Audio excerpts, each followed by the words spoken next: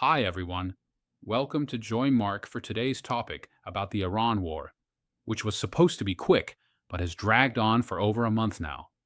Initially, the US wanted to solve the Iran headache like dealing with Venezuela, a fast strike, a show of force, and a clean strategic reset. Instead, nearly a month in, the Iran conflict has become exactly the kind of war Washington always says it wants to avoid and somehow keeps walking into anyway. People are now wondering whether it will become another Vietnam War. As the fighting drags on, the consequences are spreading far beyond the Middle East. The real story is no longer just about missiles over the Persian Gulf or the Strait of Hormuz. The bigger question is what this war is doing to the global balance of power, especially the rivalry between the United States and China, the confidence of America's allies in Asia, and the credibility of Washington's claim to still be the indispensable power in the world.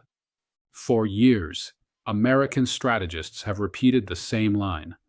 The so-called Indo-Pacific is the priority theater. China is the leading challenge. Asia is where the future of the world order will be decided. Then the moment the Middle East catches fire again, aircraft carriers, missile defenses, diplomatic attention, and presidential bandwidth all begin flowing westward. Recent reporting shows that U.S. allies across Asia are increasingly worried that a prolonged war with Iran will pull more American military assets and focus away from the Indo-Pacific. Missile defense systems have reportedly been shifted from South Korea toward the Gulf, while thousands of Marines based in Japan have been redeployed westward. That is not a small matter. For countries and regions like Japan, South Korea, the Philippines, and even Taipei, American presence is not just symbolic. It is their hope. It is the backbone of their strategic calculations. Their entire regional posture, from defense budgets to diplomatic tone, assumes that the United States can both deter China in East Asia and manage crises elsewhere. The Iran war is now stress testing that assumption. It is where the geopolitical consequences become much larger than the battlefield itself. The United States has finite military resources. That sounds obvious, but Washington often behaves as if it has unlimited power projection. It does not. Ships, missile interceptors, logistics aircraft, intelligence assets, and elite personnel cannot be in two places at the same time. When more naval forces and air defense assets are moved into the Middle East, fewer remain available for the Western Pacific. Analysts and officials in Asia are openly discussing the nightmare scenario of the United States being militarily stretched across two major theaters. For China, this is not necessarily a moment to take any dramatic action. In fact, Beijing may benefit more by doing very little, if not nothing. That may be the most ironic part of all. Sometimes, the greatest strategic gain comes not from action, but from patience. China does not need to win the Iran war in any direct sense. It simply needs the United States to remain occupied, financially burdened, diplomatically distracted, and strategically overextended. From Beijing's perspective, every additional week Washington spends on Tehran is one less week spent consolidating alliances in Asia, strengthening deterrence in the Taiwan Strait, or tightening technology restrictions against Beijing, which is classic great power competition. Wars rarely remain local in their strategic consequences. Even when the battlefield is geographically limited, the political and military effects ripple outward. Military capability matters, but perception often matters as much. America's allies are watching carefully, and what they see may shape regional geopolitics for years. Japan sees troop movement. South Korea sees missile defense assets being reassigned. The Philippines sees Washington's diplomatic energy consumed elsewhere. Taiwan is experiencing delays in arms sales and strategic signaling. All of this feeds a simple but dangerous question. If another crisis erupts in Asia, will the United States truly be able to respond at full strength? That question alone strengthens China's hand, because Beijing's long-term strategy is not only about military modernization, it is also about shaping the perceptions of third countries. If U.S. allies begin to believe that American commitments are conditional, delayed, or vulnerable to events elsewhere, China gains leverage without firing a single shot. That is where the phrase "America is unreliable" becomes geopolitical gold. Even if that perception is exaggerated, once it takes hold, it changes behavior. Countries may hedge. They may diversify security relationships. They may soften rhetoric toward Beijing. They may slow alignment with Washington. Some may even quietly pursue a more neutral position. History shows that alliances are built not only on treaties, but on confidence. Once confidence weakens, formal commitments can start to feel much thinner than they look on paper. The Middle East remains central to global energy markets, no matter how many speeches have been made about green transitions and post-oil futures. Disruption in the Strait of Hormuz immediately affects global oil prices, shipping costs, and inflation expectations. Recent reports show oil prices have surged sharply as the war continues and maritime routes remain disrupted. It matters enormously for Asia. Japan, South Korea, the Philippines, the Chinese mainland, and Taiwan all remain heavily dependent on imported energy, much of it linked directly or indirectly to Gulf routes. Higher oil prices place pressure on manufacturing, transportation, consumer prices, and industrial output. For China, however, this economic challenge is paired with a strategic opportunity, as we discussed in yesterday's episode. Higher energy costs hurt everyone, but they may hurt America's allies politically more than they hurt China strategically. Japan and South Korea face domestic public pressure over inflation. Taipei faces heightened anxiety over energy security. The Philippines worries about shipping routes and supply chains. Meanwhile, China can present itself as a stabilizing economic partner, especially through trade, infrastructure, and energy diplomacy. Beijing has spent years building ties across the Middle East, including with Iran and Gulf states. Its position allows it to play a balancing role diplomatically, while benefiting from Washington's strategic distraction. China's foreign policy in recent years has often aimed to position itself as the power that steps in after the United States exhausts itself. It is a patient strategy, less dramatic than aircraft carriers, but potentially more effective. For years, Washington has tried to frame the contest with China as the defining geopolitical struggle of the century. But that framing depends on consistency. If the United States says China is the main challenge, but repeatedly finds itself consumed by conflicts elsewhere, the credibility of its grand strategy begins to erode. Critics inside and outside the United States have long argued that Washington suffers from strategic overcommitment, and the Iran war appears to reinforce that criticism. That creates a narrative advantage for Beijing. China can now argue to the global South, to Asian partners, and even to U.S. allies that America remains trapped in the old architecture of endless interventions, such as Korea, Vietnam, Iraq, Afghanistan, and Iran. The list is too long to exhaust. In stark contrast, China presents itself as focused on trade, infrastructure, development, finance, and long-term strategic planning. It makes friends with everyone, even the United States.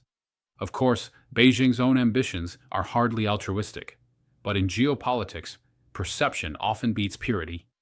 Now, the real issue is whether the United States can still sustain global primacy in the way it did after the former Soviet Union collapsed in the early 1990s.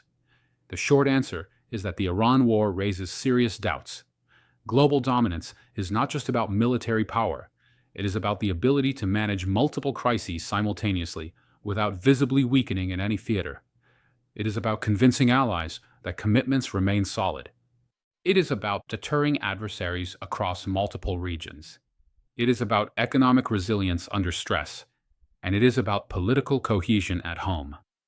A prolonged Middle East war tests all of these pillars. If the United States is seen as once again entering an open-ended conflict with no clear exit strategy, comparisons to Iraq and Afghanistan become unavoidable, which is politically toxic. It also feeds China's preferred narrative that American power appears strong, but is strategically self-defeating. There is a certain cruel irony here. Washington spent years trying to pivot to Asia. Then history dragged it back to the Middle East again and again. At this point, the phrase pivot to Asia is beginning to sound less like a strategy and more like a gym membership people keep paying for without ever actually going. Let us see U.S. relations with its allies. Alliances are rarely static. They evolve through crises. Wars reveal priorities. When allies feel secondary to another theater, resentment can quietly build. Japan, for example, faces domestic legal and political constraints on deeper military involvement abroad. If Washington pressures Tokyo to align more openly on the Iran issue, that creates internal friction. South Korea faces the constant North Korean threat and may question any diversion of regional missile defenses. The Philippines wants continued support in the South China Sea. Taipei is particularly sensitive to any delay in arms sales or presidential-level engagement. Each ally reads the same war through its own lens. That means the United States is not managing a single alliance issue, but several simultaneously. It is difficult even in peacetime. In wartime, it becomes exponentially harder. At the same time, Beijing is likely to continue presenting itself as calm, measured, and above the fray, which is strategically smart. China condemns escalation, calls for dialogue, maintains economic ties, and positions itself as a responsible power. It quietly observes how American resources are consumed. The longer Washington remains tied down, the more Beijing can strengthen economic influence in Asia, deepen ties with middle powers, and reinforce the idea that China is the more predictable long-term partner. This message may resonate especially in Southeast Asia, where many governments prefer balance over binary alignment. For them, the question is less about choosing sides and more about avoiding dependence on an overstretched superpower. Now, let us examine America's domestic pressures, as no discussion of global dominance is complete without looking inward. Long wars cost money, they cost political capital, they consume media attention.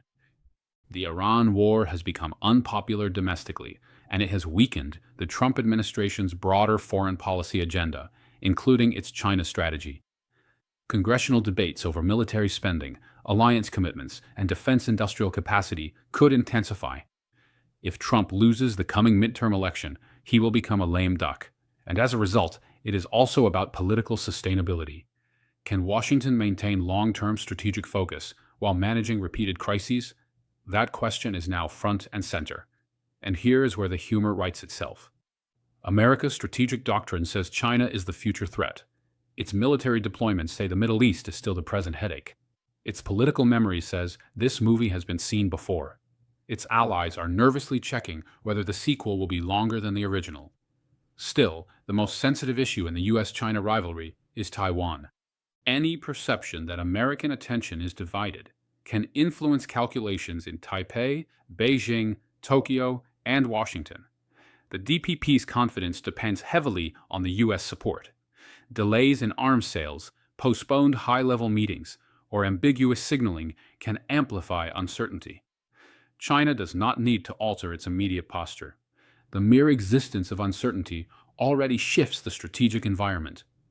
Deterrence relies on credibility. Credibility relies on clarity. But war elsewhere introduces doubt, and doubt is strategically more powerful and symbolic than anticipated. Superpowers are judged not only by what they do, but also by what others believe they can do. The Iran war is becoming a test of whether the United States can remain the central organizing force of the international system while facing simultaneous pressures across multiple regions. China is watching. America's allies are watching. The global South is watching. Financial markets are definitely watching. Can the U.S. still maintain the rules-based order? Different countries will have different answers. If Washington emerges from this conflict quickly, stabilizes energy markets, reassures allies, and restores its focus on the Asia-Pacific, the damage may be limited. But if the war drags on into a long, undefined conflict, the geopolitical costs could be profound. China would gain time, allies would gain doubts, rivals would gain confidence, and America's claim to unquestioned global dominance would face another serious challenge. In the end, the most important battlefield may not be Iran itself. It may be the battle over perception, credibility, and strategic endurance. That is the true contest now unfolding. Sometimes, wars are won by those who fight. Sometimes they are won by those who wait.